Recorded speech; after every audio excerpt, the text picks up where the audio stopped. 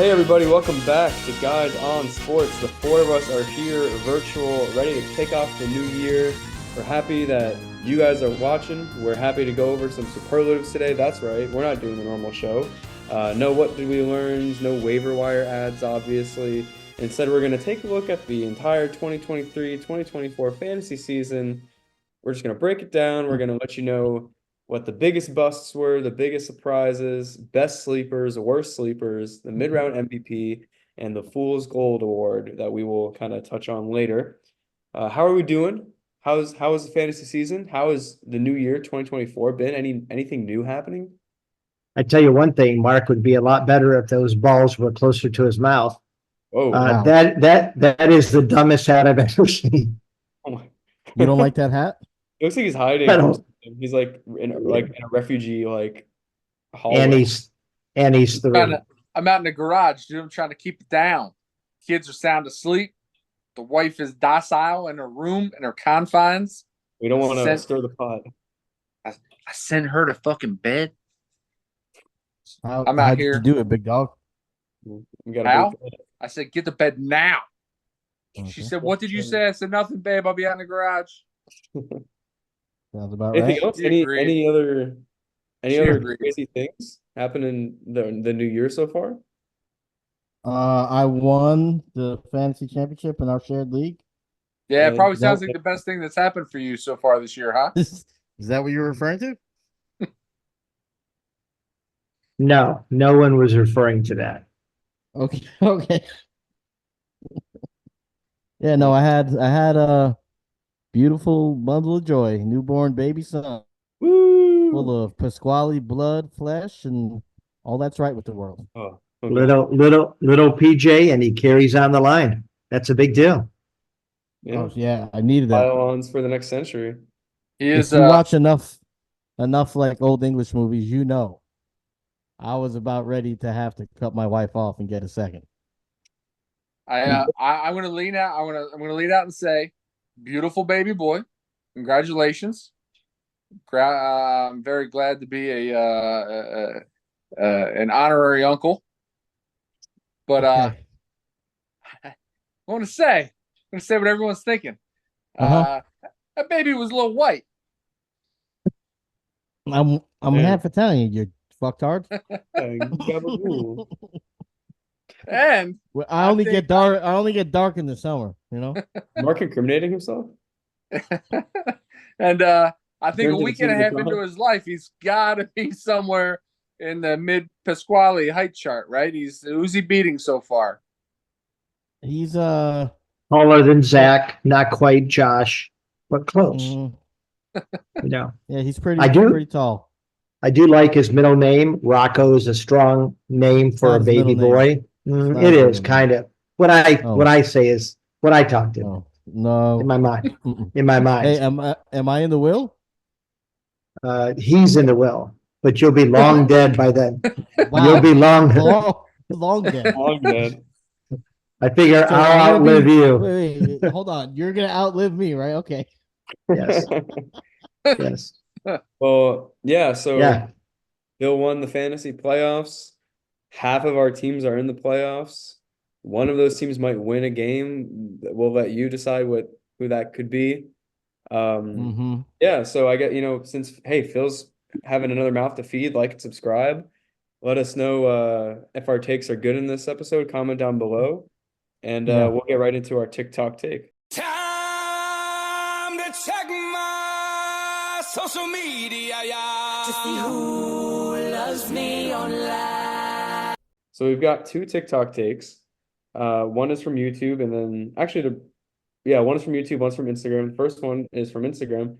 This is regarding Rocky saying that he would have Debo as his number 2 wide receiver off the board. Now it's early, so that could be backtracked a little bit, but Sam_Doan_ said Debo with 1 O, so Debo waits till week 10 to start trying. So a little conversation we could probably have. Is Debo worth taking that early if he takes a long time to start cooking? I think, to be fair, and we'll let Rocky speak obviously for himself, but I think Rocky was referring to a redraft for the current year. I don't think he was going out and saying, next year. Because I mean, okay, so where'd you draft? Where would you draft Debo? Next this year in a redraft. Quickly. Oh, if we're talking this past year, I would reach out and I'd grab him probably late third, early fourth. No, so like I'm saying next year, like you're Oh, drafting. that's what I'm saying. That's where the confusion was. Rocky was talking about this year. So you're saying, but he's saying for you next year, where does Debo go? I'm putting him right around the same time frame, man. Late 3, early 4. I don't give a shit if he turns it on at the end of the season. You want to know why? Because that's when the fantasy playoffs are. That's when you want him to come through. Yeah. I don't know. I think real quickly for me, I don't think I can ever draft Debo just because of the I've piled on like hatred for him each week. So You're I think stubborn. he's one of those guys that you can't, you know how you can like draft guys because you just like watching him play and rooting for him. I think Debo's just a guy that I don't want to root for, so I don't think I can ever draft him, and I might lose a game or two because of that. But Why do you hate Debo so much? he's just a bum, man. I don't know. He cries a lot, like last year. I don't know. He just, I don't know. It's something about Debo, man, that I just don't like. So, Seems like Eagles fans can relate though. I mean, you possibly have the Yeah, I biggest mean, it's Debo weird. wide receiver in You football. beat them. nah. And he also did pretty well against us too. So I don't know. It's just like it's layers. It's nothing huge, but it's just layers on layers of like bum status. He just keeps getting that bum status from me. Phil, how about you? What do you think? Like, is Debo in your top 10, top 15? Well, I mean, I'll be honest. Coming into the year, I wasn't super high on Debo, but part He of was that bust. was that I thought he was like hot and like boomer bust a little bit, and then I didn't really know if the Purdy thing was real. But after another year of seeing that offense and how they're going to use him, and Purdy being pretty consistent throughout the whole season, I feel comfortable going with him. Like, yeah, probably late third, third to fourth round. I mean, obviously, if he slips into the fifth, that's a steal. Um, but yeah, I mean, it's just regardless if he's hot or cold, he still is getting worked into the game plan a bunch. Yep. Yeah, the reason I like Debo is he's a high floor. He's going to have those weeks where he breaks out, scores 3 touchdowns, but week in and week out, he's probably getting targeted 5 to 10 times, 5 to 10 times with passes and probably running 1 to 3, rushes. So I just like the possibility of what Debo does. There's a rare wide receivers that do both. Yeah. All right. Well, so I guess the jury is not out, and we don't care if Debo starts off slow. We'd still draft him where his ADP is. The second comment, sorry. I should say one thing. What people should be destroying me on is I missed CMC in my top running backs. I'm glad And you I mentioned did. Yeah. because the second comment is about that big board that you dropped. Go back and check out the last Guys on Sports episode. I want to say it's Wolf of the 104th said man left out Jahmyr Gibbs, Derrick Henry, and Christian McCaffrey, where Mark said Jahmyr Gibbs is worth a nod of top 5. I'd argue to say Derrick Henry should not be there at all. I don't want any Derrick Henry stock, and I'm Where been next year? 3 or 4 years and getting burnt, but this is the year. Next year, Derrick Henry will not be fantasy relevant. And yeah, McCaffrey should have been there, but I think that was just an honest mistake. Yeah, honest mistake. Henry, I think we don't know enough about his situation. I think if he goes to Dallas, we've seen what Dallas does to running backs. They don't know how to use them. So, and I think that's kind of where he's alluding to wanting to go. I think Jahmyr Gibbs is good. I'd like to see another half season before I'm going way out on a limb on him. Yeah, I think I have to wait to see where Henry goes. I have like any real opinion. I mean, yeah, that's fair. I would make it easy for myself, and I'd say if he's in the third round, maybe. But I don't want anything. I'm not wasting first or second round pick on him. And with Jahmyr Gibbs, I think I've seen enough. I don't know what his ADP would be. First round would be hard, but second round, I'd heavily consider it. Yeah, I don't want to see Derrick Henry go to like Baltimore, man, which is like a running back boneyard. I'd have to see him. He's got to end up somewhere half decent where he can contribute right out of the gate. And yeah, I think he's still got a lot left in the tank. You saw it these last couple games of the season. So we're split. All right, so He's that playing for a contract. yeah, he's free agent. Alrighty, that was TikTok take, and then I guess we'll get into TikTok take. our end of year superlatives. Really. I guess we could just, I don't know who wants to go first. We can start with my top left, who is Rocky. We can start with, what do you want to start with? Biggest bust? Huh? Yeah, sure. My I usually like biggest to bust. finish with the biggest bust, but hey. Who did you? Never mind. Not gonna do it. Yeah. My biggest bust for the year, and I'm kind of sad to say it. I actually am a pretty big fan of this guy, but I'm going to put K9. A lot of people way overdrafted K9. He finished as the number 21 back, only 12.6 points a game. And to me, that's not good enough for where he was drafted by a lot of people. He had only 3 games with over 19 points. So I think where you drafted K9, you're probably pretty upset with him. Yeah, K9 burned me. I traded for him at his peak. He gave me a few good games, but I think it's also the injuries. Like he's had some, they haven't been like end of season injuries, but like an oblique, an ankle here and there. And like Zach Charbonnet was, when he got drafted to the Seahawks, everyone was like, oh, pump the brakes on your K9 stock. But I was a Sharp owner in my Dynasty League, and he didn't really do much when K9 was healthy. So it's like if Sharp isn't taking too much and K9 has the lead role and he's getting touches when he is playing games and he's not performing, and then it's the injuries on top of that, it's very weird for the guy who I like when he's full go, but like at this point it's availability concerns. For me, K9 is Well, one of those guys that if you went modified zero running back, draft, and K9 was one of your first targets in like the 5th, 6th round, big time letdown, right? Because that's your RB1 that you're drafting there. But if you took K9 where he should have been, he was your 3rd running back off the board. He was serviceable for a good part of the year. K9, it seems like he's due for a couple of off weeks as far as like injuries concerned. But for sure in the zero running back theory, if K9 was your target, that is a huge letdown. well, I think, Mark, you're in more leagues than any of us, but I was in 5 this year, and in every one of my 5, K9 was overdrafted. And so Yeah, I bet.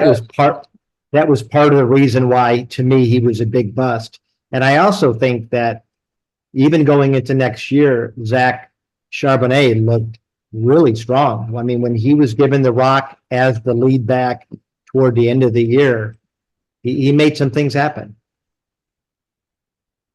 Yeah, I think anytime a guy gets a nickname, be wary. I think guys with nicknames like K9 or RG3 or stuff like, I think they wind up getting overdrafted. So it's I a think number. just because people identify with the name and you get your casuals in your league or guys that are not paying as much attention and name recognition, and boom, you got K9 going early. So Yeah. be wary of those guys. And on a more serious note, I was, before the season started, super hesitant with K9 just because of everything that they added in the backfield, and I just didn't know who was going to get the lion's share there. So yeah, K9 was a big letdown. All right, I guess I can go next. We'll go clockwise. I'm in the top right for my laptop. My biggest bust was a little pat on the back here because this is a guy that I was not taking when we did our like, who should you not take in the first echelon of quarterbacks? Who should you blah blah blah blah blah. Mahomes, I said you should not draft, and he finished as a quarterback 8. I want to pull up the stats here, but he had such an underwhelming season. I don't think you should ever take a quarterback like that. Like when in the 2nd round, he was going like the top of the 2nd round in redraft leagues. He had, he had 1, 2, 3. He had 3 games over 25 points. He had a 5-point game against Denver. He finished off the season very lackluster, 2 14-point games in a row. Just sucked.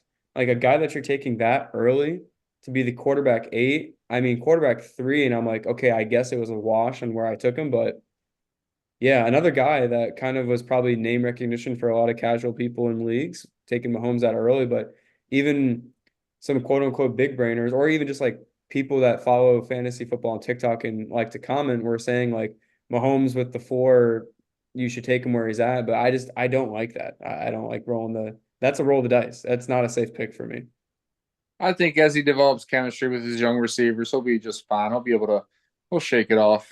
This year Shake it was off. not the year to take him. I just think he busted big time bust. Oh wow. Well, I mean, his number one target was also safe to say distracted all year long.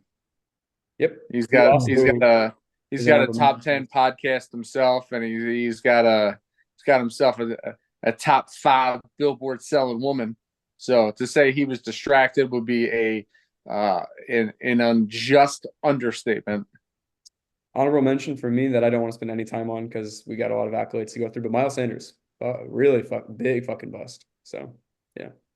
That was your boy. So let me ask you this question. When Travis Kelce breaks up with Taylor Swift and breaks her heart, do you think that she buys the Kansas City Chiefs and trades them to like Chicago? I think he'll be To out of the league Philadelphia. in like a year anyways. Nah, because she's an Eagles fan. I'm telling you, I said this before the season. She wanted to infiltrate the Chiefs after winning the Super Bowl. She wanted to break them up from within, get the guys distracted. I don't think Kelce minds. Yeah. Ha ha. True indeed, Rocky. True indeed. All right, Phil, you're next. Who busted My big turn, for you? huh? Big time bust. I like how you say who's I'll next. Like we can all see your screen. I had to, yeah. I don't know what What are you you guys. waiting for, Phil? Obviously, you're third. Who's bottom right on your Yes. screen, Mark? I'm in the top left, and then you guys are in a straight line. Oh, that's weird. It goes from probably biggest schlong to smallest schlong. I'll let you guys decide what order that is. It's a 3-way tie for second. Wow. Hey, we got to hurry with this because any moment Phil's going to have to breastfeed the baby. Phil, when you do that, will you blur out the picture? Boom. Get wrecked. I'm sorry, Okay. I didn't. It's breaking up real bad, so I didn't hear you guys. Can you guys I'm hear me lagging. clear though? We're not breaking up. Are you guys hearing any breakup? Just you. It's just me and my poor internet. Your newborn child. Okay, so my guy that was the biggest bust, and I'm glad to say was a Dallas Cowboy, is Mr. Tony Pollard, who I don't remember who, but I think it might have been Mark. Had him as his RB1, something 2. like that, something stupid. 2, all right, still stupid. Who despite finishing with the 6 most touches this year, wound up finishing the season as RB18. Oof. And to your point with Mahomes, average under 6 points in the fantasy playoffs. So really screwed you at the end of the year if you were counting on him. Yeah, I mean, the hype coming into the season was another guy I was worried about. Could he handle the workload? He was super efficient in that reserve role, or that, as the lead back, and he just didn't live up to it. He had his career low in yards per carry. His yards per attempt after contact was the lowest in his career. Forced tackle rate lowest in career. Explosive runs lowest in career. So I think it did take a toll on him. That maybe in this case, it was what do you say? Quality over quantity. So Tony Pollard just couldn't be the lead dog, and I think for him it's a sad situation because this was a contract year for him, and it's just bad timing. I think you're right here, and I watched a bunch of Cowboy games, and I think what contributed to Pollard's success last year was the surprise touches, right? So like they didn't know what was coming. This year he was in obvious situations, and in those obvious situations he didn't capitalize. And then when you had the emergence of CeeDee Lamb, which was just out of this world ridiculous production this year, I mean, they put Tony Pollard in obvious, 1st and 10 run, 2nd and 8 run. Oh, CeeDee Lamb for 35 over the top, and I think that contributed a lot to Pollard in the fact that teams could really game script, and he's not that big a dude, so I think they really did well adjusting to that offense and stack the box and just shut the dude down this year. Yeah. Agreed. Yeah, I think all of us agree. I think, but I don't think any of us were quite as high on him as Mark. Tony Pollard. Yeah. Why don't you state that again, Rocky? Why don't you keep rubbing that in, you prick? I mean, I think it needs to be said. Well, Pollard was your Miles Sanders. Don't worry, we'll get to some of your guys that you were high on. if we All want right, to, yeah, if this dude isn't down as the biggest bust this year, then y'all got your heads buried in the sand. Because if Justin Jefferson wasn't this year's biggest bust, I don't know who the hell was. The guy sat out 8 games, right? He came off the board in the top 3. He was the consensus number 2 pick behind CMC, and in a lot of leagues went number 1 over CMC. And the dude sat out 8 games, so he just straight up didn't feel like playing, in my opinion. You can roast me again, internet. I don't really give a shit because it's fantasy football. We're not supposed to care about their health. We're supposed to care about how they produce for our goddamn $25 teams. So shut up, internet. The fact that he went 2nd overall, no later than 2nd overall, and did not produce, you can say at the end of the year he came in and he produced towards the playoffs. Well, guess what? If you took him 2nd overall, you weren't in the playoffs. You want to know why? Because he sat out the majority of the goddamn season. Biggest bust this year by far for me. yeah. Phil's having trouble. Phil's having trouble. I'm trying to readjust so I have better. You gotta do the L, man. Oh. No, I'm here, guys. I'm just trying to get my, camera. Well, we can Wake move on up. to the next accolade Wake of the up, buddy. 2024 season. Biggest surprise. The biggest surprise. Pretty self-explanatory. Who surprised you the most in drafts and during the season, Rocky? Yeah, so I'm gonna state my number 1, and then I do have a secondary one I'll highlight real quickly.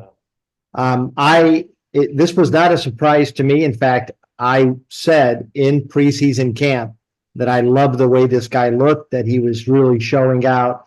But I think for most people, the biggest surprise was Puka. He ended up being the number 4 wide receiver in the league, averaged 17.4 points. He was what Jefferson was supposed to be. And a lot of people took him, last round of the draft. So he was not to me, but to most of you mortals, he was the big surprise.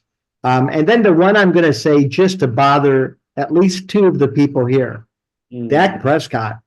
Dak Prescott finished the number 2 quarterback in fantasy points, 24.2 points a game. The guy won people some leagues. Just going to say it.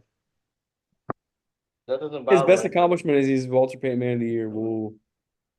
Congratulations. I don't hate Dak Prescott. I do. Well, Why? not as much as. No, I think he's up there as far as active Cowboys. Yeah. Well, all I know is a bunch of people went running back, wide receiver heavy, took Dak in the 5th or 6th or 7th round, and won leagues with him. Yeah, maybe even later. Yeah. Hate to admit it. Moving on quickly because I don't like Dak Prescott. Biggest surprise for me, Raheem Mostert, a guy that I wasn't even a thought for me in drafts. I can't even explain how much of a surprise this was to me. You're at a loss for words, even. I know, seriously. He finished as a top 5 running back. He had about 18 points per game on average. He took off. He almost had a touchdown every single game he played, and he even took week 17 and week 18 off and finished top 5. He had a 45 point game and a 34-point game. probably both were against me, ironically enough. Like I remember one of my redraft leagues, Raheem Mostert single-handedly lost me a game because I played against him. But yeah, Raheem Mostert. And Are you in cranking another one draft out, league, Rocky? too. What is going on? These It's, you can pictures make, are mine. you can make the camera follow you. He loves doing Lord. this. He's so Yeah, dumb. it brings me joy. It's kind of weird. Brings me joy. Raheem Mostert, huge surprise. I think, Sorry. I think that's a good pick. I agree. He really, It I mean, doesn't matter what you think. he's had an impressive career, not just this year. He continues to excel and people count him out. Yeah. I'm just worried that he will stick around for another year. My A train stock will kind of stay flatlined for a little bit. I don't get I it. can see that. He's way past the running back prime, and no one. I mean, he was a steal too. But yeah, Yeah, but he didn't start running until he was in his late 20s. I think that's it. He's got fresh legs. That's true. Not Yeah. good. Not good. Is it my turn again? it is. It Phil, is. who is your biggest right. surprise? My biggest surprise. I mean, I'm not as smart as Rocky, so maybe Rocky knew about this guy all along too. But Kyrie Williams, are you laughing at Rocky being an idiot? Yeah. Kyrie Williams, let's just say it, finished his RB7. And that's only because he missed 4 games, but on a point per game basis, outside of quarterbacks, of course, he was only one of 2 running backs to average over 20 points a game. Third skill position player this year in fantasy on a point per game basis. He was just all around stud. I'm sure he won a bunch of guys' leagues. For me, he was a name I was hearing in the preseason, but I didn't factor him in as being like a top 12 running back at all. And I think what he did was pretty crazy, and maybe even a candidate for a guy that might flop next year. I don't know. I'm not saying I'm saying that, but I think it was just so out of nowhere. I don't know, man. It was just cool to see. I haven't seen a guy do that for a whole season in a while.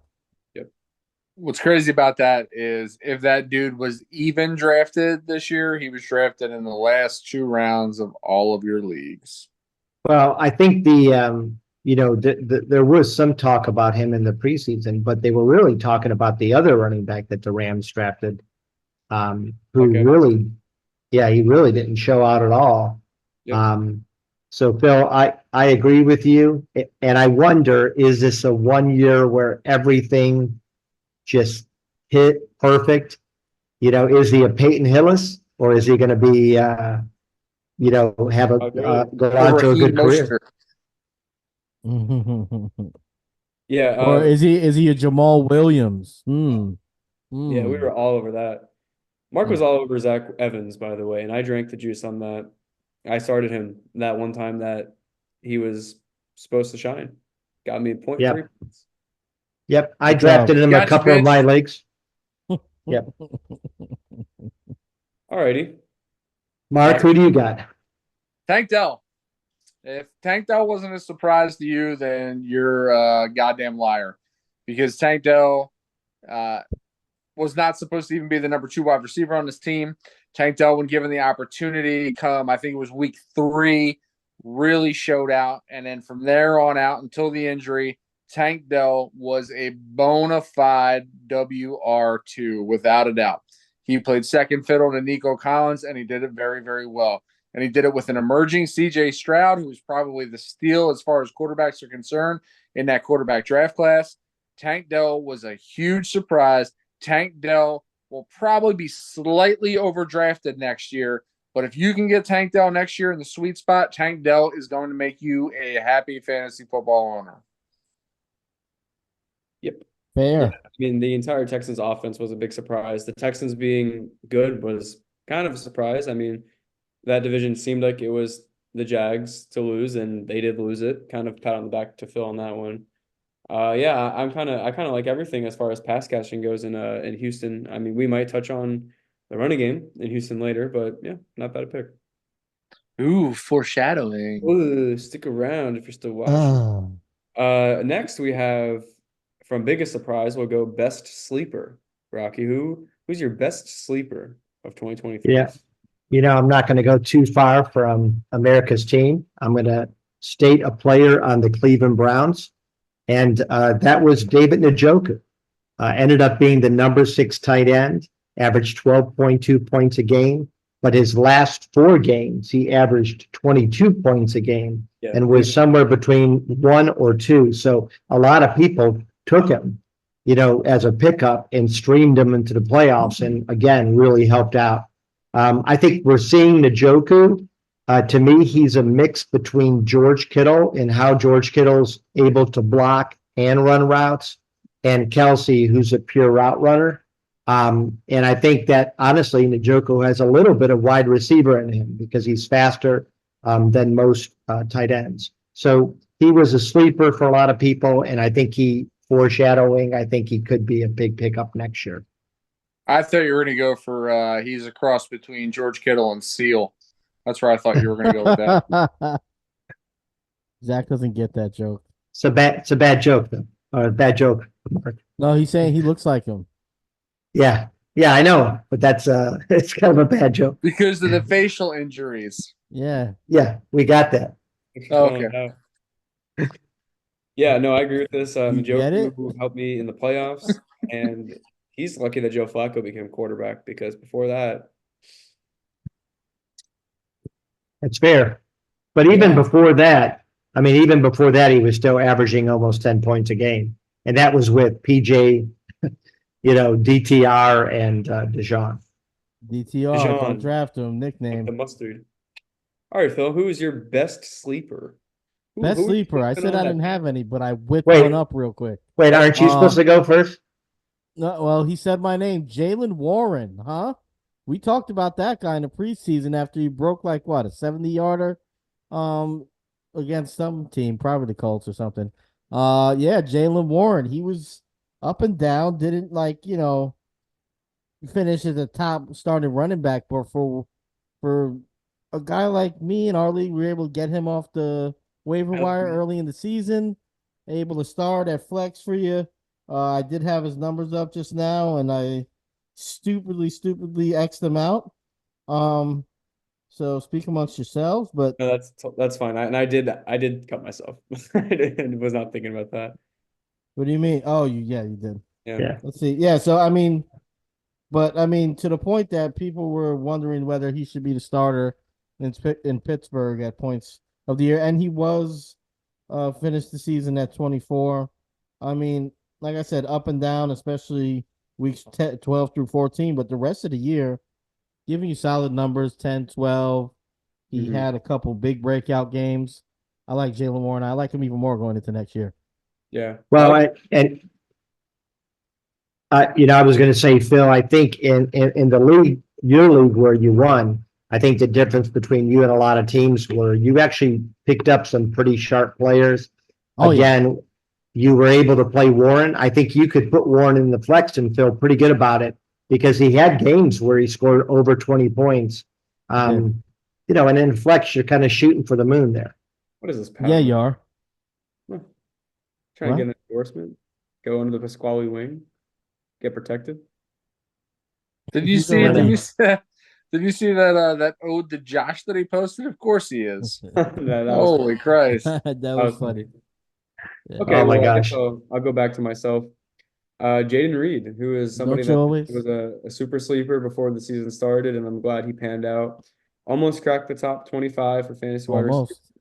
He was 26. Really only rostered in 65% of leagues near the end of the season too, which is I think is pretty good sleeper status. He only averaged 13 points a game, but it doesn't really show the whole story. He had 8 total touchdowns, led the Packers in receiving, kind of helped with the emergence of Jordan Love, but kind of to Njoku's point, at the end of the season, he was a guy that I was starting in playoffs, a guy that I could trust. His last 4 games in a lot of scoring formats, he had 19 points, 17 points, 26, and then 15, and then he topped 112 yards in his final game. So a guy that could be you're probably hearing it first from us, big second-year breakout guy, someone I would take a mid-round flyer on. I don't know what his ADP will be, but I definitely look at Jaden Reed's way. And if you got him in Dynasty like I did, that's a guy that you're happy with for at least the next 5 years because Jordan Love's hitting his prime, and I think Reed will too. So yeah, biggest sleeper for me, Jaden Reed, and honorable mention AR before he got hurt because he was a QB2 for a lot of people. I want to piggyback with some advice for next year, right off of that. And as a Bears fan, this pains me to say, Jordan Love should be one of the first quarterbacks off the board next year. That wide receiver core that he has, you had an injured Christian Watson, you had Romeo Doubs, you had Jaden Reed, you had Dontavian Wicks. These guys are flat out ridiculous young wide receivers. Green Bay always does a really good job of betting wide receivers in drafts, and they got themselves a dynamic core that is going to make Jordan Love very happy next year. Dynamic core. Yeah. Jaden Reed is explosive. Yes, Jaden Reed very is much so. explosive. I like Yeah, watching him play Dontavian football. Wicks is no joke either. That guy is get the ball in that guy's hands. Hey, All right, is it Mark's so turn? Okay. Yeah, go. Sorry. My sleeper this year that should not be a sleeper next year, and because of this guy, Michael Thomas will not be back in town in New Orleans. New Orleans doesn't have to go out and shop around for a wide receiver two behind Chris Olave because Raheem Shaheed is him. Shaheed is fantastic. The guy is a burner. He stretches the defense. He can catch. He put up big games. Down the stretch, if you had to play him in your flex, you were very happy when you did. Shaheed, to me, was a big sleeper in drafts and paid off big-time dividends at the end of the year. Yeah, I can't this is a disagree. good pick. Yeah, I have nightmares of Shaheed because he was the first player that played against me in the second round in the semifinals in Phil's League, and it was foreshadowing for what was to come because his brother Zach put up like 160 points, and Shaheed just was trying to warn me by putting up like 18 points on I think it was Thursday night. So yeah. It was a Thursday night game. Yeah, I want to throw some love to an honorable mention here. We don't have to talk about him much. I know Rocky probably will, but I'm going to throw Baker Mayfield out there. He finishes a QB9 and was a guy that literally nobody besides Browns fans were talking about, and they were saying things negatively. Baker Mayfield, who knew, could play well with decent pieces around him. Mike Evans, we'll talk about him later, but I mean, if you were one of those guys that takes Zach's advice and doesn't spend high on a quarterback, and you loaded up your skill positions and you went and grabbed quarterback off the trash heap, or maybe you got Anthony Richardson and he got hurt early, and you went and grabbed Baker Mayfield. I mean, you were viable all year with that, so I thought that was pretty cool. Mm-hmm. Yep. All right. Rocky's being defiant. He's like, I will not talk about Baker Mayfield. I don't really need to talk about Baker. And to be honest, a lot of what Phil is saying is true. I mean, he improved in almost every major category. His completion percent went way up. The only caveat I'll say is that Baker played a lot of subpar teams this year. Every team in his division was subpar, and he played them 6 times right there. I want to see Baker against a good team in the playoffs. I don't know that the Eagles are that team. I mean, they were weeks 1 through 5. I don't know what their defense is going to throw at him. But if you look at his stats against good teams compared to his stats against bad, there's a difference. The only good team that he beat and looked good doing it was Green Bay. The rest, he looked okay. He looked like Baker. And so I need to see what he does against against the Eagles. I don't think you just want to get to the playoffs. You want to win. Yeah, So, but if we're talking Rocky, strictly fantasy, you're right. If you're talking fantasy, he was a good quarterback. Yeah. So, Rocky, would you contribute his success then directly Contribute? to leaving Cleveland? Oh, of course not. Because, I mean, compare his stats to Flacco. Flacco's murdering him. I think that he definitely wore out his welcome in Cleveland. I do think Tampa Bay's offensive coordinator called a really great game for Baker. And I think that what he did the best was he used his receiving running back. We talked a lot about White. White is a great receiving running back compared to Nick Chubb, who struggled to catch the ball out of the backfield. So I think that they put Baker's good at throwing the deep ball. Enter Mike Evans, and he's great at quick pitches out to his running backs. It was a good place to be for sure.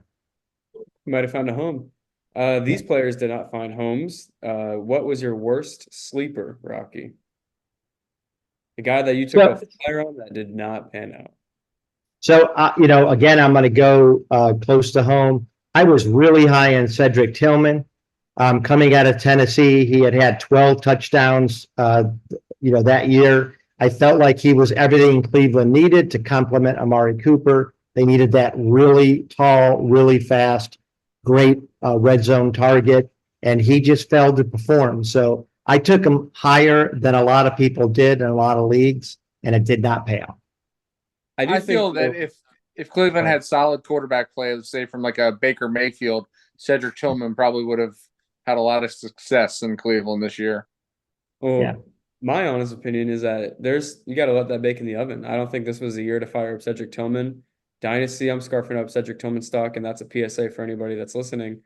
I think it's just too soon to tell. But yeah, this year technically he was a bad sleeper. He wasn't worth starting really at any time this year. So the reason why I would say he was a bad sleeper for me is I had every intention of picking him up. I picked him up in every dynasty league that I'm part of, I think. The reason it was a bad move for me is I took him too early. He was going to be there later, and I just shot my wad. Mark knows all about that. Hey, yo. Hey, I won't spend too much time on my worst sleeper because it was a guy that I did tell people to draft this guy, Quentin Johnston, who for some reason I flip-flopped on Quentin Johnston, and I can't even say that I was correct because at first, and we can backlog this to the podcast, but the very first opinion I had on Quentin Johnston was that he would be a bust. Like he was going to be my rookie bust after he got drafted to the Chargers. But then I think I started drinking the juice that you guys were talking about. It might have been Phil. I don't really remember, but we didn't talk about him too much. But I was like, oh yeah. Wow, is your worst sleeper, bro? I'm just saying. Wow. Drank the juice a little bit. I love how he's just Listen, firing. Let me go and get somebody. It's yours. I drank the juice a little bit, and then I became the guy that said, yeah, Quentin Johnston was worth a shit that I told people to take him in round 7 and 8 where his ADP was, and wow, I mean, you're an idiot. Terrible. So yeah, worst sleeper. I'm still sleeping on Quentin Johnston. I might never wake up from that. Just for the record, I didn't even have Quentin Johnston in my top 5 rookie wide receivers, so don't put that on me. I think you were the one selling the juice, Zach. I think you were drinking your own juice. Go back and watch the friggin' podcast when these rookies got drafted. Why don't you go back and clip it, shithead? Clip boy. I might have to now, damn it. Yeah, get the fuck out of here. To be fair to Zach, I did like Johnson coming out of college. And he's another one who he looked terrible, and he actually had opportunities to look good. Yeah. But I don't think the story's over. I think he could be somebody who comes out this year and looks pretty decent. I don't want anything to do with him. But yeah, so that's my worst sleeper. I think who we got next? I'll go. My worst sleeper is the guy that I was banging the table for in his rookie year and mentioned him again this year as a sleeper, Alec Pierce. A guy who along with Josh Downs, and Josh Downs looked great for the first half of the year. But Alec Pierce, I think a guy I think still has all the tools. Just not working out. Only 2 games in double digits this year. He played a whole bunch. Didn't produce a whole bunch. Is that Minshew? I don't know. I mean, Minshew was pretty solid throughout the whole year. And he didn't do it last year. So, my hands are in the air with Alec Pierce. At this point, it's a guy I want to do well just because I said he'd do well, but I don't know if I believe it anymore. Fair enough.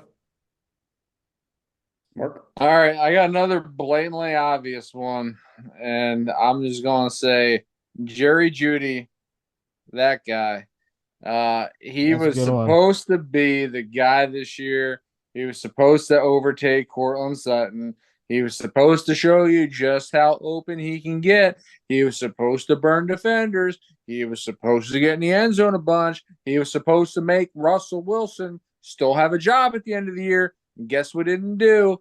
E, all the goddamn above. That guy was a missed sleeper. That bitch I had in lineups throughout the season, trying to die on my cross, and that guy just plain sucked. Stay away from Jerry Jeudy from here on out. Yeah. Okay. All Yeah. right. Well, He makes me mad. Yeah. I oh, he's can on see your that. bum list. Yeah, I mean, we were all on Jerry Jeudy. He's on my DND list for sure. Do not draft. I will not draft Jerry Jeudy ever again. That's fair. Now these guys we might draft again, depending on their ADP. Mid-round MVPs, guys that you're taking in the middle of drafts that definitely surpass their ADP. Rocky, who's your mid-round MVP? I mean, I think we know who mine is. It's my man crush at wide receiver. It's the great white hope, Adam Thielen. I mean, I was high on him all season, told people to take him. And to me, he outperformed. He ended up being the number 18 wide receiver, 13.3 points. And honestly, he was being thrown to by a midget. I'm just going to say that. I don't know if that's a cancelable term. I don't know what the proper term is. Little people, whatever it is, he was thrown by a quarterback that could not see over his line, and he still somehow managed to produce. So Adam Thielen. The only thing I got. Come on, There sing we with me. Hooked on a Thielen. Baited you. I think he was a mid-round until the middle of the season MVP. Kind of panned out, kind of got old and white at the end there, but not a terrible pick. No, Adam Thielen, I mean, he got your bang for your buck if you drafted Adam Thielen wherever you got him this year. So yeah. Even if he put out towards the end, you probably seen the writing on the wall with Bryce Young there halfway through the year, and you were probably moving on to greener pastures anyway. So True. yeah, I like Adam Thielen. Whose turn is it now? Is it yours, Zach? So I will stay in the division from one NFC South team to the other. I'm going to go with Rachaad White, who is a guy that I traded for before the season in Dynasty Leagues. Who Rocky was low on and Phil was high on. I remember that debate. He finished as an RB4, 16 points a game, 6 total touchdowns, all 10 yards away from 1,000 yards rushing. And I mean, he just did well by the end of the season. Can't run the ball. Yeah, man. End of the season could be considered a league winner. He just took off. I mean, I think after the bye week, I'm just going to rattle these off. 16 points, 18 points, 28 points, 17, 17, 13, 20, 21, 21, 20. Like those numbers are incredible. So yeah, Rachaad White, probably the mid-round MVP. Hey, who made who here? Did Baker make Rachaad White or did Rachaad White make Baker? Okay, first the chicken or the egg, yeah. According to Rocky. Hey, listen. I was talking to Jared King today. Jared King is the biggest Buccaneers fan. And That's nothing to brag about. Nothing to brag about. Do you know what he told me is A1 on Tampa's list in the offseason? Find a running back that can run. You can't argue Rachaad White was an amazing fantasy running back. I apologize if I'm talking real football, boys, and you guys can't. I apologize. The guy's a shit runner. Good receiver, shit runner. Well, number one. How much does Jared make consulting for Tampa? Yeah, I didn't know he was in the front office. Okay, a lot of money. Look at number two. He almost had 1,000 yards. By default, likes Tampa Bay as their fan. That's like consulting Zach for a goddamn Garrett Wilson status next year, for crying out loud. Strange. Hey. Yeah, what the hell? Yeah. And I mean, the guy almost rushed for 1,000 yards, and you're saying he's just a pass catching back. Listen, 1,000 yards in a 17-game season, Phil, isn't impressive. I'm sorry. What do you want me to tell you? Wow, that's crazy. Yeah. What do you want me to tell you? How many running backs had it this year? How many running backs were their only running back on their team? He had the lion's share. Now you're moving the goal. I'm not moving the goalpost. How many running backs that were the main runners? I actually got 1,000 yards. I think there's a decent. I think there's a decent amount. I I asked I you think there's a, first. you asked me, ask. I didn't No, look at the end of the asked. season stats. Asked. Oh, we're bringing I grammar. think in. there Hey, was oh, only no, like you 8 hold on. running backs to run Hold for on. G. No. This guy, he's the fuck that makes fun of everybody that corrects spelling, and then he gets backed into a corner and he does the same thing. No, I did it just because I knew it would. I knew it would Shame bother on you. you. Shame on you. That's a great question though, Phil. That Phil proposed. It's like, yeah, is Baker Mayfield good or is Rashad White good? I think that they're good together. I think it's a good mix. Those two are pretty good together. Ebony and Ivory. Brock so- Purdy and No. CMC. Who made who? Like, Mm, are Baker Mayfield and Rashad White four-man Purdy and CMC? Very poor, Yeah. but yeah. all right, they're not that poor. Okay, my turn. Since we're talking about the Bucks, my mid-round MVP is a guy I said I'd talk about later, Mike Evans. I've yelled about it. We've talked about it. Wide receiver 7 helped me win my championship. I know he helped a lot of guys because you got him right in that sweet spot. You didn't have to jump to get him, and he produced all damn year. Yeah. Was consistent. You didn't have the boomer bust. You felt comfortable starting him, and every week, no matter the matchup, Mike Evans, baby. I mean, this is a guy that was clearly, I mean, Baker Mayfield made Mike Evans. I think we can all agree on that. In college, you probably did. If there's For like sure. if For there's sure. like a do not draft list, like what's like the definitely draft list? Like DTL sounds provocative. I'm gonna try and get Mike Evans as much as I can from here on out. I mean, he is Mr. Underrated. I think probably the most underrated wide receiver in the league. He just is continuously getting 1,000 yards every single time he plays the entire season. 8 straight seasons to start his career. A Well, terrible. let You me- guys watch football, huh? Let me ask you a question though. Do you guys feel like is he going to be re-signed by Tampa or is he going to be going somewhere else? Going to Uh, Chicago, baby. The Bucks should, if they plan on keeping Baker Mayfield, they better plan on keeping Mike Evans, and I think that's probably what's going to happen. I agree with that. Yeah. Yeah, good pick. Yeah, I think it's A good yeah, I pick. think it's a great pick. All right, Thanks, man. Jamarcus. Thanks a lot. Mid-round MVP that won you playoff games and possibly your championship at the end of the year. Mr. Nico Collins. Nobody expected the Texans offense to do what they did. CJ Stroud said, watch this. You should have drafted me, Carolina, but instead you went with Kyler Murray's shadow. Nico Collins was absolutely fantastic this year. Nico Collins caught everything. He put up absurd numbers all year long. You get a couple weeks where he's injured. That comes to the territory of Nico Collins. Not enough to give you enough losses to not make the playoffs, and he definitely promoted your team in the playoffs. Nico Collins, hands down, for me, was my mid-round MVP this year.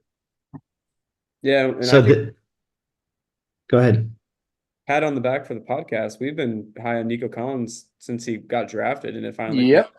And the other note I'll have, and I won't say any more about Nico Collins, is that if you play Week 18 playoffs, I mean, he might have won you the league. Yeah, like what? This is the 8 points. this 30? is it. This is the only thing I'll say about Nico. Nico was a player that I looked at for fool's gold. Not that he didn't produce. It's just that he did produce a ton of his points when Tank Dell was out. And prior to Tank Dell being out, they were very equally distributed the ball. And I'm fearful that he's going to be somebody people overdraft next year. And when Tank Dell comes back, CJ Stroud's going to do what he should do and stop throwing the ball to that player from that shit school up north. And he's going to return the ball to Tank Dell.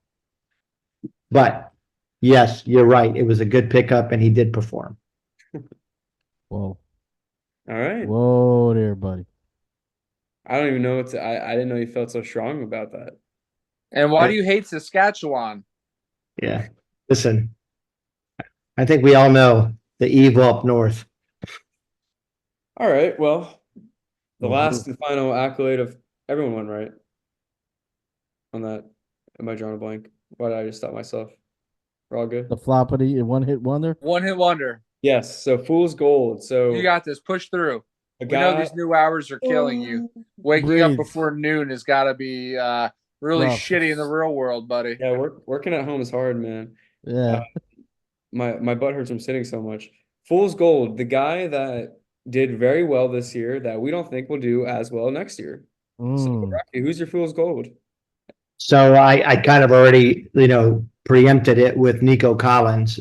I think he is going to do well next year, but nowhere near as well as what he did this year.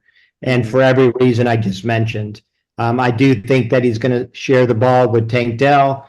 I think Tank Dell and Nico are compatible receivers.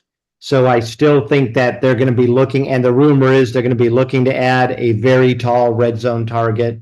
And so I think that it's less about Nico and more about a changing offense and not being able to share the ball. Fair enough. All right.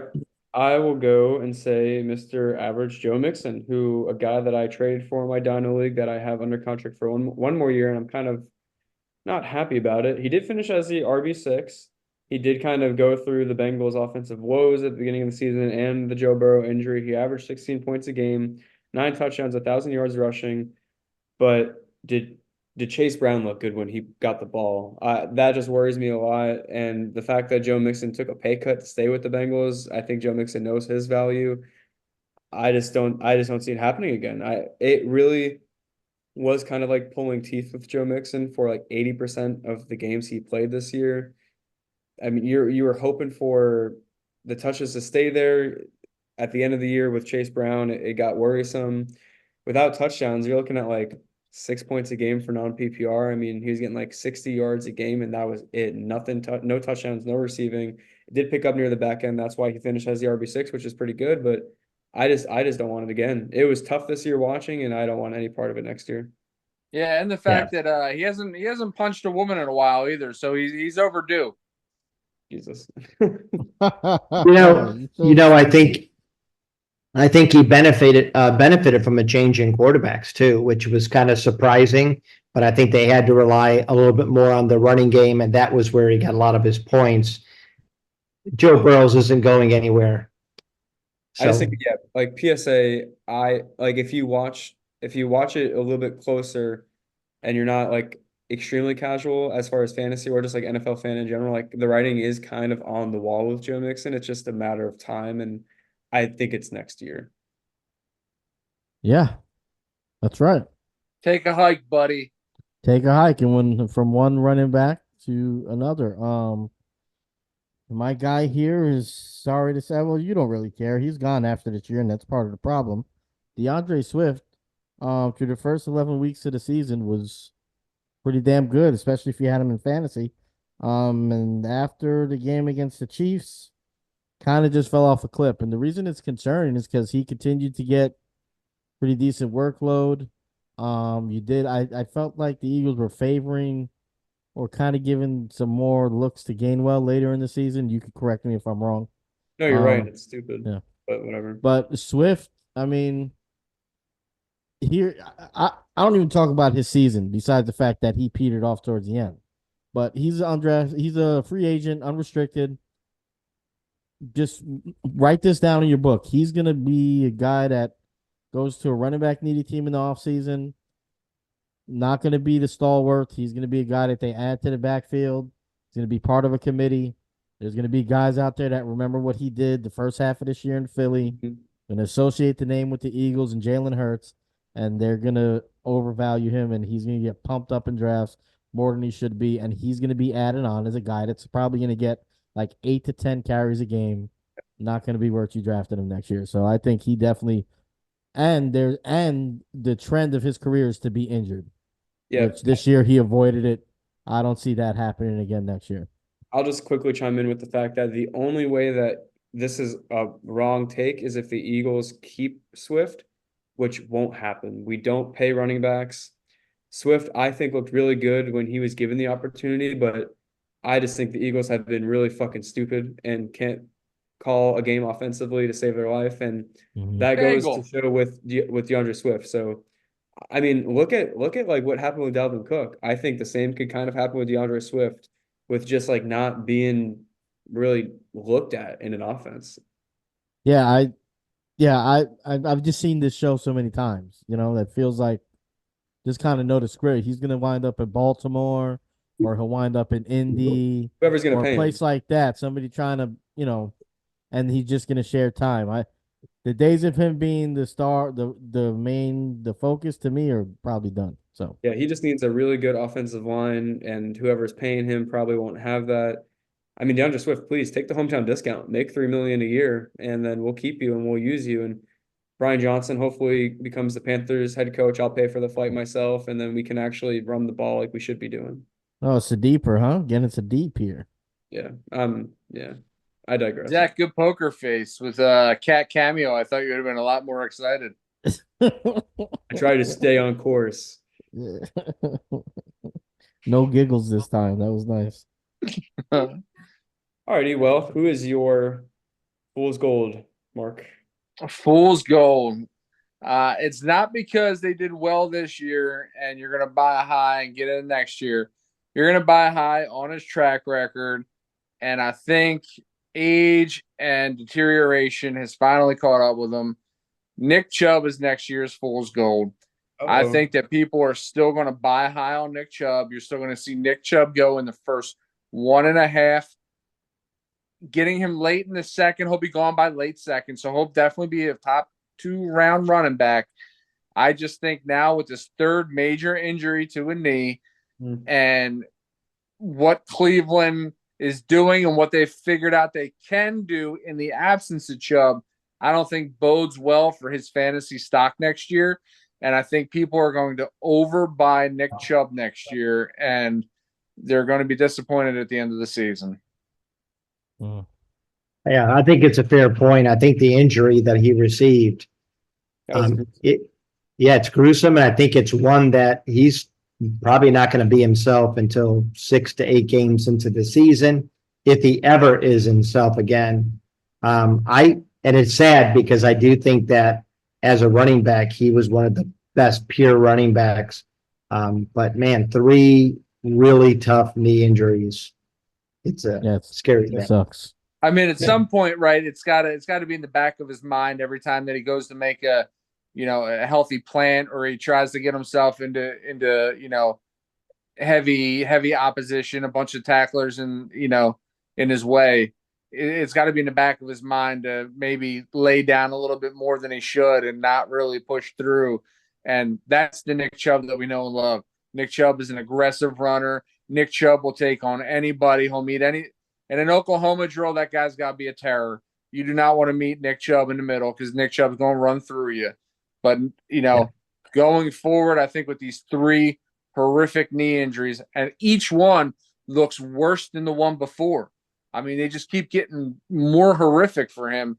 And I think it's finally taking its toll. And I don't think Nick Chubb's going to be the same runner he was before. Well, and unfortunately, he's in a contract year. And so, like, if you're the Browns and it's just a business decision, I mean, you just can't commit. So unless he takes a hometown discount, he might not even be with Cleveland next year.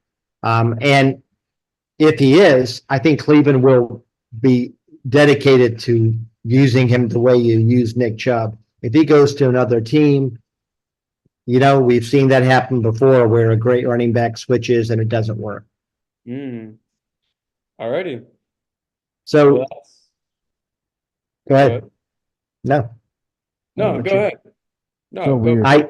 Are we done with our show? I was going to suggest that we do one quick thing that is not fantasy related, but is actually real football related, and actually give our picks for the games. Go for it.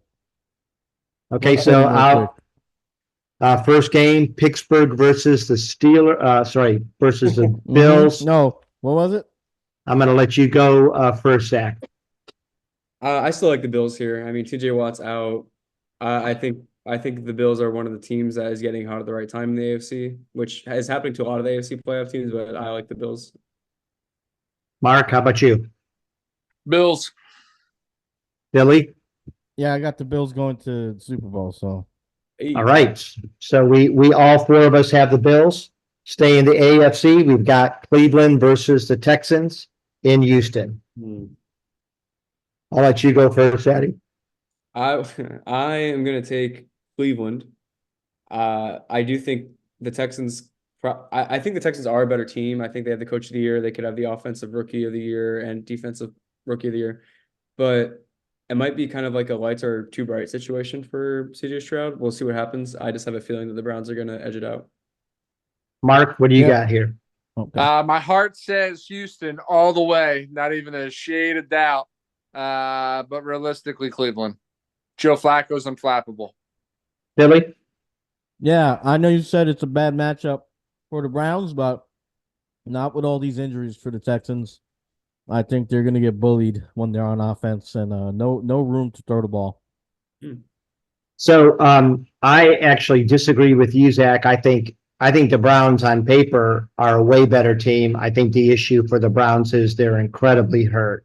But I still feel like, they had them beat 34-7 3 weeks ago, different quarterback, but I still think the Browns should pull this one out. Yeah. All right, Miami Dolphins versus the Kansas City Chiefs in perhaps the coldest game ever played. I think I will be incredibly surprised if the Dolphins win this. I've got the Chiefs in probably the easiest game of the weekend. Dolphins are 0-10 in like X degree weather when it's cold, and the Dolphins don't beat anyone above 500. So yeah, Chiefs. Mark, what do you think? I think Taylor Swift and Brittany Holmes are going to be scissoring after a Kansas City decisive win. All right, Phil, let's see if you can top that. Give me the Dolphins. I don't give a shit about the temperature. Doesn't really matter. I mean, they're 0-10. We're talking about professionals here. I would get it if it was like a high school football team from Miami going to play in the cold. These guys are from all over the country. Some of them have played in cold weather. What is apparent to me though is that things are not the way they should be in Kansas City, and they haven't been for the latter half of the season. I mean, you could even see it early in the season, but there seems to be something amiss, not only with the skill position players, but just the vibe of that team in general. So give me Miami. I don't think KC needs to reset. I agree with a lot of what you're saying, but one area of the team that has looked really good for the KC Chiefs this year is their defense. And I think Tua is going to do Tua things, and I think the Chiefs are going to win this one. I think it will be a close game, but I think they're going to win. All right, switching. Going to do? Excuse me? What Tua things is he going to do? I think he's going to throw interceptions. I do. I think when the light. Thing. No, he's going to throw several. So, let's switch to the NFC. We've got Green Bay versus Dallas. My heart wants Packers. I think my brain does too. I think the Packers can pull off the upset. I think the Cowboys are just primed for a letdown like they usually are.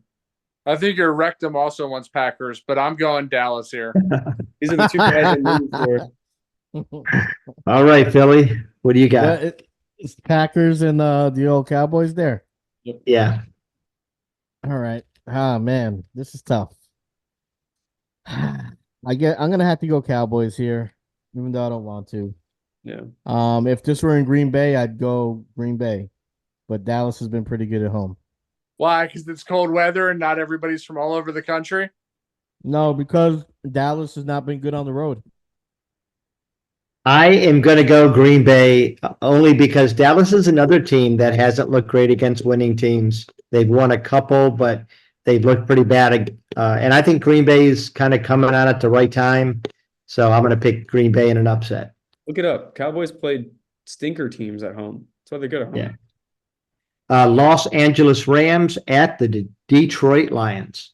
This is the best game. I don't know. It's a coin flip. For me, this is for sure a trap game. I have to go. This could go either way, and I wouldn't be disappointed no matter who comes out on top, honestly.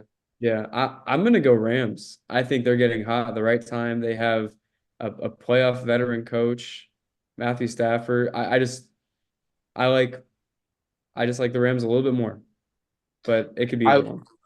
I want to say Detroit because I love Detroit on paper, but you bring up a great point. McVay, man, McVay might be the difference maker here. Campbell, we saw it, man. He's like a riverboat Ron. The guy is just gonna roll the dice, man. He could have tied that game against Dallas, taken it in overtime, drug him into muddy waters, and drown them. But he didn't because he's Dan Campbell and he's not gonna lose and he's gonna stand on his muscle. It might come down to McVay just being the smarter coach and pushing the Rams in the second round. But with that said, man, I like Goff in this offense. I love this offense. Explosive. I'm on Ra. If he's not one of the top two or three receivers off the board next year, you're an idiot because he's just dynamic. I think I have to give the nod to Detroit. All right. Phil, That what was do you a got? long way home. Yeah. Give me Detroit -2.5 all day, twice on Sunday. The Rams, good story. They're coming together. We're making this too complicated. Detroit has been a good team all year. They're home. Cam will have them fired up. First playoff game that they really care about there in a long time. They're gonna win. So I'll try to make this quick, but it's going to be I've had to difficult. piss for like an hour. I don't like this. I can say that Detroit's called for a ban on all Matt Stafford jerseys. The guy did nothing wrong there except for absolutely kill himself for that team for way too long. I think Stafford's the better quarterback. I absolutely love the receiving core. I love the running backs. I think it's going to be a close game, but I think Detroit's defense showed some signs of weakness. And man, the Rams offense is good, so I'm going to pick the Rams here. And then in the game, and then the game of the week for some people, the Eagles versus the Buccaneers. Who do you go with, Zaddy? Yeah, go Birds. We're underdogs once again. Mark? Who do you go with? Go the Eagles. I think that I would love nothing more than to go Tampa Bay. But part of me knows just how evil Philadelphia is. And everybody that lives in that shithole of a town. And they could be slow playing us. And I don't like that. I don't like that feeling at all. But I know they're capable of it. And Tampa Bay would be the right team to do it against. Taking Philly. This is the hardest game of the week for me, to be honest. Man, Zach, let me ask you something seriously. Yeah. How confident are you in that defense coming into this game? I'm more confident in the defense than I am the offense. I was gonna get to that, but that's why I asked about the defense first. If 10 is extremely confident and 1 is not at all, I'm rolling with the 5 for defense. And if you're less confident about the offense, that's what worries me about. I'm feeling like the smart pick here is the Eagles because they've been good over the last year and a half. But my heart is saying Tampa because they're home. Mayfield and I just don't. I'm going Bucks. I'm going Bucks. I want to say the Bucks, but I think in the end the Eagles defense is good enough. And I think that Baker still has the potential to chuck that ball up when he gets rushed. Yeah. And I think Baker, it's a great story, but I think he's going to want to really show that he's a great quarterback. And I think when he does that, he tends to make some mistakes. So Not against the Chiefs. Not against the Chiefs. I'm going to pick the Eagles. So. All right. That was good. I like that. Before Mark gets a kidney stone or he's in the corner of his garage, we should end the show. Done it before. Little editor's note, Phil, probably as we have this episode, probably just put up Chalkboard and Thrive since I neglected them. I'm so sorry. But yeah, I actually did pee in the trash can in the garage. If you do, I thought I saw that pee face on you. If you do any daily fantasy, do it through Thrive Fantasy. Click the link in the bio, scan the QR code on screen. You throw down $250 on your first deposit. Thrive matches that, and you got $500 to play around with. We got free prop squares like Pat Mahomes 0.5 passing yards, blah, blah, blah, blah. I'm sure there's doing stuff for the playoffs, so it's all down there in the description. And then if you want to get ready for fantasy football next year, join our chalkboard group chat. Essentially, we have a group chat of 300 people now. We hit 300 mark. We got cheat sheets. We've got start sits. We've got picks from Phil. We've got just fantasy Q&A 24/7. It's a totally free group chat that you should join, and we benefit from it as well. So yeah, scan the QR code on screen or click the link in the bio. Like, comment, subscribe. We will see you on the next one. Thanks for tuning in. See you later.